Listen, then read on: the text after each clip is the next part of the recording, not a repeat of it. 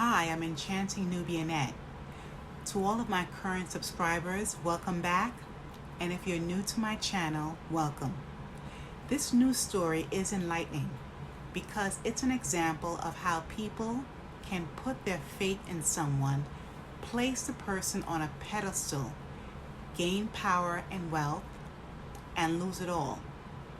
Buddha Boy, formerly named Ram Badur Bamjan, his last name is very difficult for me to pronounce. My apologies. Well, he was born in Bara, Nepal in 1990.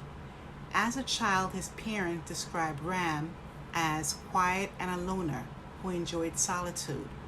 He attended school up to the fourth grade. And when Ram Bahadur was 14 years old, he left Nepal to live in India for academic studies. Within months, he returned to his hometown without completing those courses.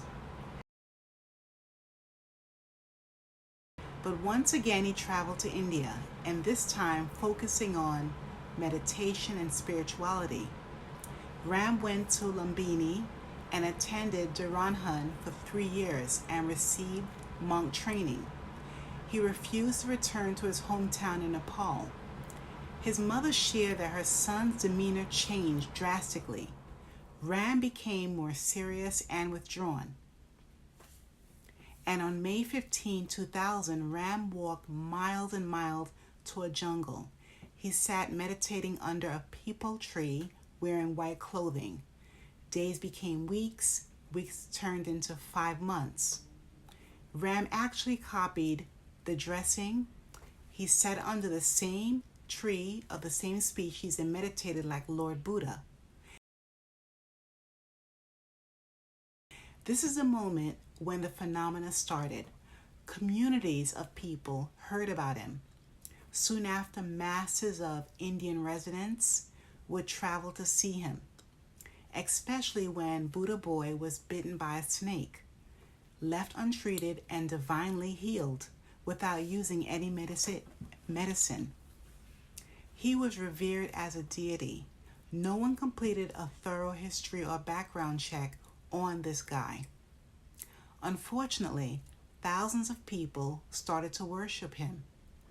And as a previous generation to Lord Buddha, he was viewed as Buddha's reincarnation. Then Ram was definitively named Little Buddha or Buddha Boy. Now, before I continue, please remember to hit the notification bell, like, share, and subscribe to my channel. Now let's continue. In 2005, at 17 years old, he sat under a forest tree for 11 months. Everyone, the constant meditation was done without food and water. He was considered a walking miracle. Now, I definitely will give respect to anyone having that strict discipline, especially because Ram was focusing on his fasting and meditation. And in an instant, Buddha Boy could have requested these necessities from his devoted fans. People would assume that he is gifted in some sense simply because he wasn't breaking down or showing weakness to drink water for months. However, for anyone to worship another human being is ridiculous, in my opinion. No one should ever be placed on a pedestal. It doesn't matter how spiritual, gifted, or talented that person is.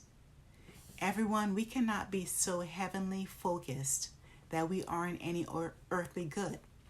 Critical thinking and using our comprehension is so necessary. Well, people left these thinking skills to the side, worshiping Buddha Boy. Most followers waited 4 hours or more to see him. They were seeking his touch on his head and even a few spiritual words which are supposed to be his blessings. Now, back in May 2006, the guru was missing for about a week. Then he was found in another forest. In my opinion, Ram showed signs of bizarre behavior. Just last year, the Rampuri area, I apologize for any mispronunciations. This place was known as a basic farming village. Now it's famous because of Buddha Boy, who had photos,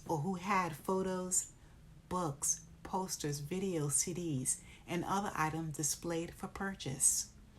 Also, a documentary was created based on his life and spiritual journey by the Discovery Channel. An additional journalists and reporters arrived to interview him from all over. And a decade ago, Buddha Boy created an ashram focusing on his own religion. I think the attention and worship made creating his own religion or way to seek God. And for those of you who may be unfamiliar with this term, an ashram is a spiritual hermitage for an individual to find solitude, peace, and commune with like-minded people. It's a monastery for most Indian people. And there are numerous ashrams all over India. And in the early 1900s, the famous Indian leader Mahatma Gandhi formed his popular ashram at Sabarmati and Sevangram. My apologies for the mispronunciation. But if I ever get the opportunity to visit India, I would love to visit an ashram for a week or two for a spiritual retreat. Now back to the story. Of course, this modern ashram increased Buddha Boy's ability to obtain more profit, more funds. His brother and other relatives were in charge of organizing events, crowd control, and overseeing the profits. Since it was his very own empire, Buddha Boy established business in Southern Asia and various countries all around the world. Presently, 34-year-old Buddha Boy is arrested for assault and kidnapping a minor. At first, when police approached him, he ran and jumped out of a 2-story window. Police caught him and seized over $260,000 in form of banknotes. These bank funds are from many countries, found within his home. He lived a life of newfound wealth and luxury.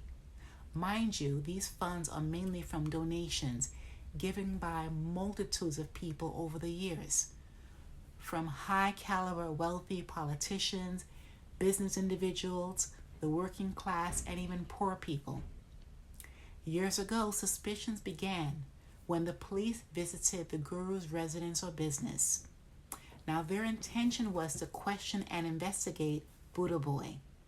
But surprisingly, the guru demonstrated a violent temper. They were attempting to harm the police. He was attempting to harm the police with a sword. And what's interesting is the employees and volunteers in his ashram often witnessed Buddha Boy's erratic behavior. It's revealed that several complaints were filed against him. Buddha Boy is also accused of beating 17 or more minors. Plus, there are 4 ashram devotees who are missing till this day. No one knows their whereabouts. Now, back in 2020, law enforcement planned to arrest him. But Buddha Boy, he fled. He was living as a fugitive for years. Oftentimes, his followers provided the excuse that the guru was deep in meditation without revealing his location. Now, most of the woke residents consider the offerings of Buddha Boy as a waste.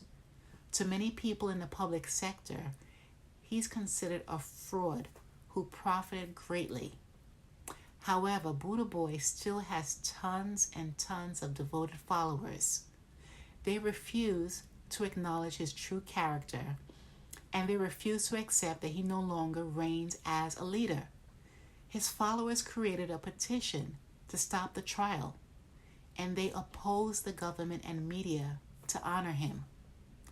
I would like to see Buddha Boy's victims, about 72 individuals, get justice. He deserves significant jail time. Please remember to hit the notification bell, like, share, and subscribe to my channel. Thanks a million, and stay safe wherever you are.